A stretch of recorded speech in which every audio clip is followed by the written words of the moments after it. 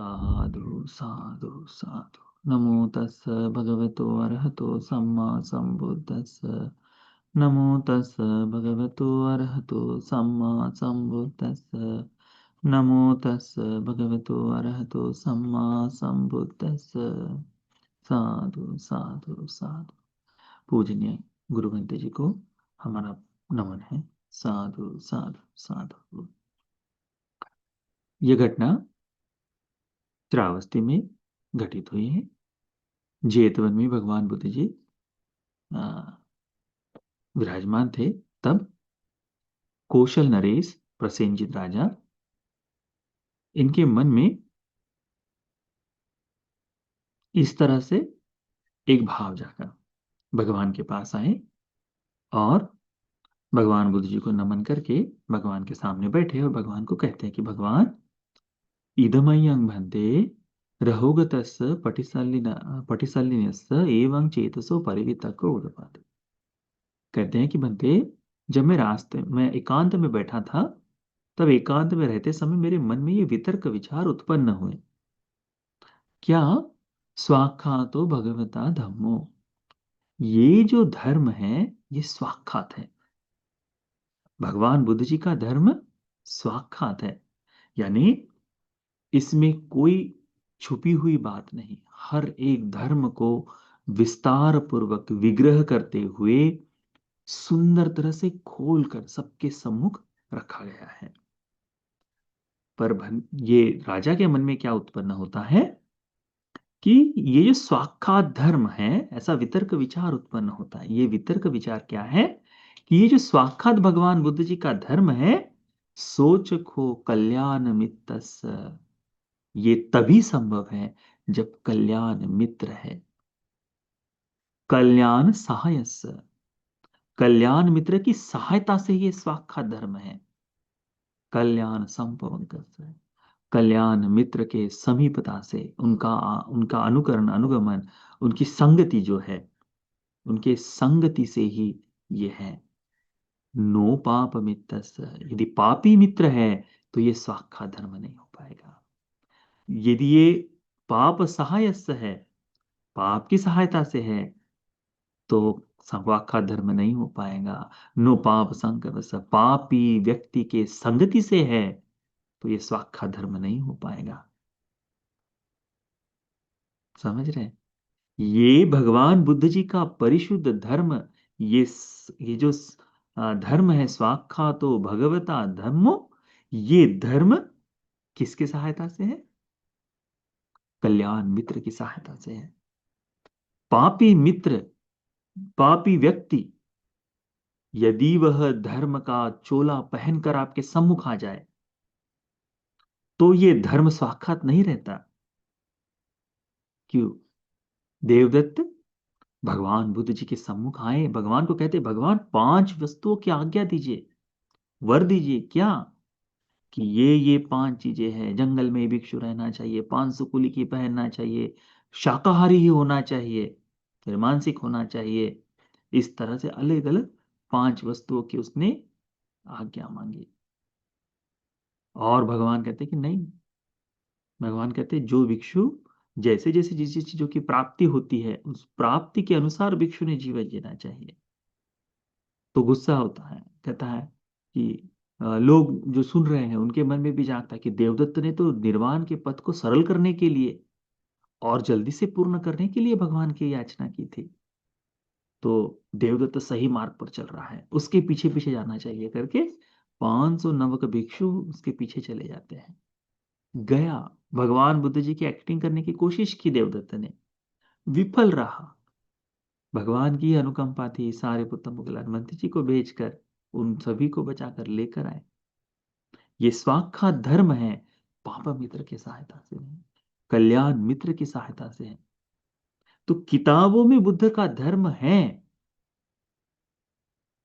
परंतु वह कितना भी पढ़ ले, पर कल्याण मित्र की संगति है, भिक्षुओं की संगति है। जो मित्र भिक्षु है, आपका कल्याण चाहने वाला भिक्षु है, धर्म के अनुसार ले जाने वाला भिक्षु है, तो ही वह धर्म स्वाख्यात भाव को प्राप्त हो जाता है। भगवान बुद्ध जी उसको कहते हैं कि ये जो इसके मन में जैसे वितर्क विचार जागा, भगवान कहते हैं एवमेतं महाराज, महाराज हाँ महाराज, ऐसा ही है महाराज। ये जो स्वाक्षात धम्मा स्वाक्षातो महाराज मया धम्मो, हे महाराज ये जो मेरा स्वाक्षात धर्म है, जो मैंने उपदेश दिया है स्वाक्षात धर्म, सोचको कल्याण मित्र, ये कल्याण मित्र से ही है। कल्याण सहायस, कल्याण मित्र की सहायता से ही है। कल्याण संपंकस, कल्याण मित्र की संगति से ही है। नो पाप मित्र, नो पाप सहायस, नो पाप संकमस। ये ना तो पाप मित्र से है, न पाप की सहायता से है, न पाप मित्र की संगति से है। ये स्वाखा धर्म नहीं होता। इसीलिए भगवान कहते हैं पापी मित्र क्या करता है, पापी व्यक्ति क्या करता है, इस धर्म का अपने लाभ के लिए इस्तेमाल करता है। तो क्या हो जाएगा, वहां धर्म दूषित हो जाएगा, तो फिर धर्म आगे नहीं बढ़ पाता। भगवान कहते हैं ना कि धर्म विवृत हो तो प्रकाशित होता है, उसे छुपा कर रखे तो प्रकाशित नहीं होता। आप देख रहे होंगे पिछले 5 एक सालों में, 4 एक सालों में उपासकों का धर्म श्रवण का जो भाव है बढ़ गया है। क्यों? इस देश में सूत्रों का उपदेश करने वाले, धर्म को विस्तारित करने वाले भिक्षु उत्पन्न हो गए। उनके आते ही संपूर्ण देश में धर्म सुनने की इच्छा जागी, ललक जागी है। ये इसी कारण से है, कल्याण मित्र की इच्छा से। हम लोग तो बहुत बाद में आए, पर ये सुंदर भिक्षु लोग जो सूत्रों का उपदेश करते रहे, इनके कारण तो जो जो ध्यान साधना करने वाले थे, विपश्यना करने वाले जो साधक थे, उन्होंने धर्म सुना, उनकी विपश्यना और मजबूत हो गई। सामान्य व्यक्ति जिन्होंने धर्म सुना, धर्म सुनकर उनकी धर्म की साधना मजबूत हो गई, शील मजबूत हो गए उनके, समाधि की ओर इच्छा जागी, जीवन में बड़ी अस्थिरता थी, वे सारी अस्थिरता दूर हो गई। क्यों? ये भगवान का साक्षात धर्म कल्याण मित्रों के द्वारा बताया गया, इसीलिए ना। तो उसको अच्छी तरह से ध्यान में रखिए। भगवान बुद्ध जी कहते हैं पुनः, बड़ा सुंदर सा उपमा देते हैं, कहते हैं भगवान कि किसी एक समय में शाक्यों के जनपद में भिक्षु लोग भगवान विहरण कर रहे थे। तब आनंद बंते जी भगवान के सम्मुख आए और आनंद बंते जी भगवान के सम्मुख कहते हैं, भगवान को कहते हैं कि भगवान मुझे ऐसा लगता है कि उपड्डमिदं बंते ब्रह्मचर्य, ये धर्म का आधा मार्ग जो है, अर्ध भाग, आधा आधा रास्ता, ये ब्रह्मचर्य का यानी आर्यष्टांगिक मार्ग हो जाए, निर्वाण का मार्ग हो जाए, ये आधा रास्ता कल्याण मित्र की सहायता से है। ठीक है, कल्याण मित्र से है, कल्याण मित्र की संगति से है। कितना रास्ता? आधा रास्ता। भगवान बुद्ध जी कहते हैं जैसे ही भगवान आनंद ने ऐसा कहा, एवं उत्तांग महाराज, मैंने आनंद भिक्खु को ऐसा कहा, क्या कहा? माहेव आनंद, माहेव आनंद, हाँ हाँ आनंद, ऐसा मत कहो आनंद, ऐसा न कहो। सकलमेव हिदं आनंद ब्रह्मचर्य, यदिदं कल्याण मित्रता, कल्याण सहायता, कल्याण संपन्नता। ये जो संपूर्ण धर्म का मार्ग है, मुक्ति तक, निर्वाण तक, ऐसा नहीं कि यहां से मैं श्रोता बनना बन जाऊं और उसके बाद मेरा कल्याण मित्र की आवश्यकता नहीं, नहीं, मुक्ति के अंतिम क्षण तक कल्याण मित्र की आवश्यकता है, कल्याण मित्र की आवश्यकता है। अभी तो श्रोतापन्न भी नहीं है ना हम लोग, तो ये अभ्यास का मार्ग है, इसमें तो हमें बहुत अधिक आवश्यकता है। ये जो जीवन में निरंतरता से अकुशलों की बात चल रही है, निरंतरता से कहीं ना कहीं से कोई ना कोई अकुशल घर कर जाते हैं, इनको दूर करने के लिए, है ना, वायरल होने से पहले ही एंटीबायोटिक्स ली जाती है कि नहीं होते समय, वैसे ही कल्याण मित्र चाहिए। ये सारे अकुशलों को दूर कर पाए, प्रतिदिन की दैनंदिन जीवन में होना चाहिए करके, इसीलिए तो ये कल्याण मित्र की सहायता से ही ये संपूर्ण धर्म है। कौन सा धर्म है? ये कल्याण मित्रता की सहायता से। भगवान कहते हैं अरियंग अट्ठांगिकं मग्गंग भाविसति, अरियंग अट्ठांगिकं मग्गंग बहुलीकरिष्यति, कल्याण मित्र की सहायता से क्या करते हैं?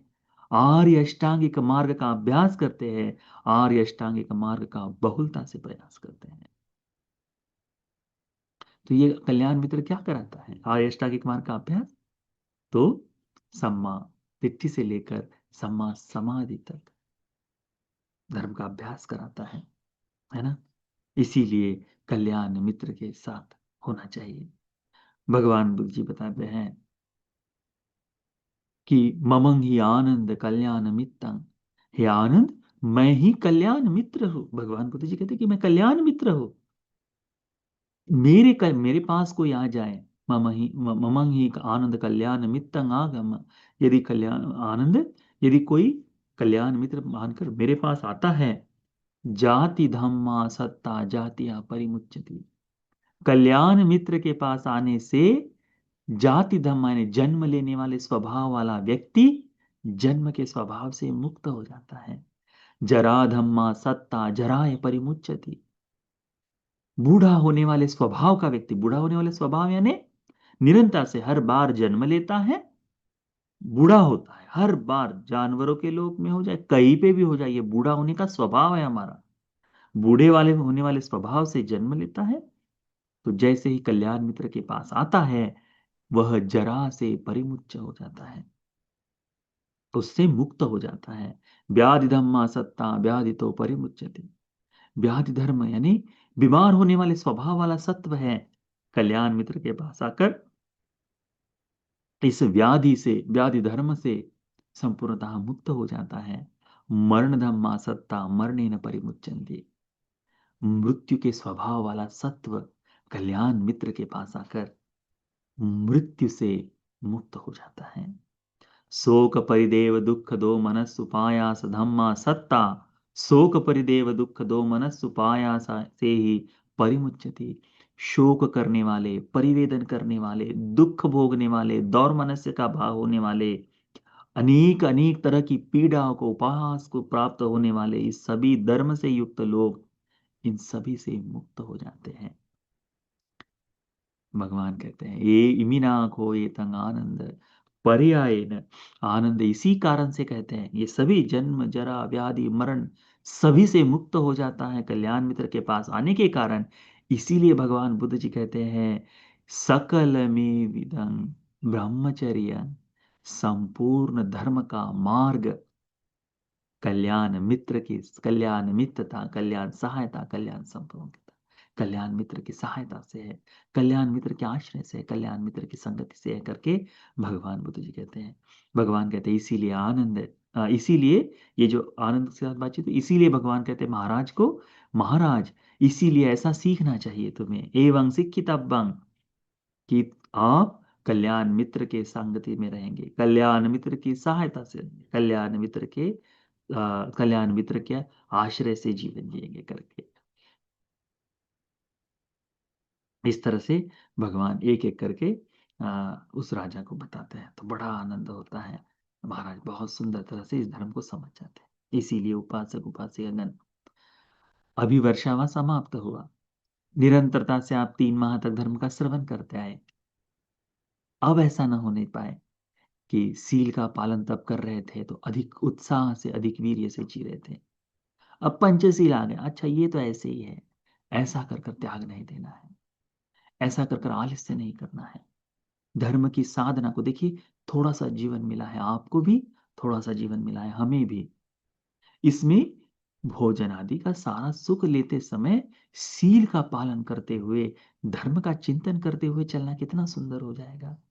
जीवन में आनंद भी उपभोग में ले, साथ साथ में धर्म का भी पालन करे, है ना? उसके लिए सहायक है निरंतरता से धर्म का श्रवण करते रहना। इसीलिए बगैर किसी हिचकिचाहट के, बगैर किसी आ, बोझ के, ऐसा ना लगे कि भंते अभी तो इसके बाद हम लोग सुबह की देशना में नहीं जुड़ पाएंगे। हाँ, ठंडी के दिन शुरू हो रहे पता है। हाँ, तो लेट उठता है आदमी, है ना? तो सुबह की धर्म देशनाएं होगी ही, तो अच्छा अब तो नहीं जाना चाहिए, कल देखेंगे करके, ऐसा करते करते आप ये 200-250 लोग हैं ना, 200-300 लोग हैं, जाकर 10 लोगों पर आ जाए तो अच्छा नहीं होगा। धर्म की साधना में अभिवृद्धि होनी चाहिए।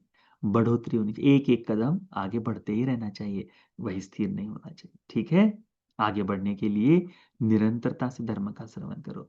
10-15 मिनट की धर्म देशना है, भागते हुए भी आप सुन सकते हो, है ना।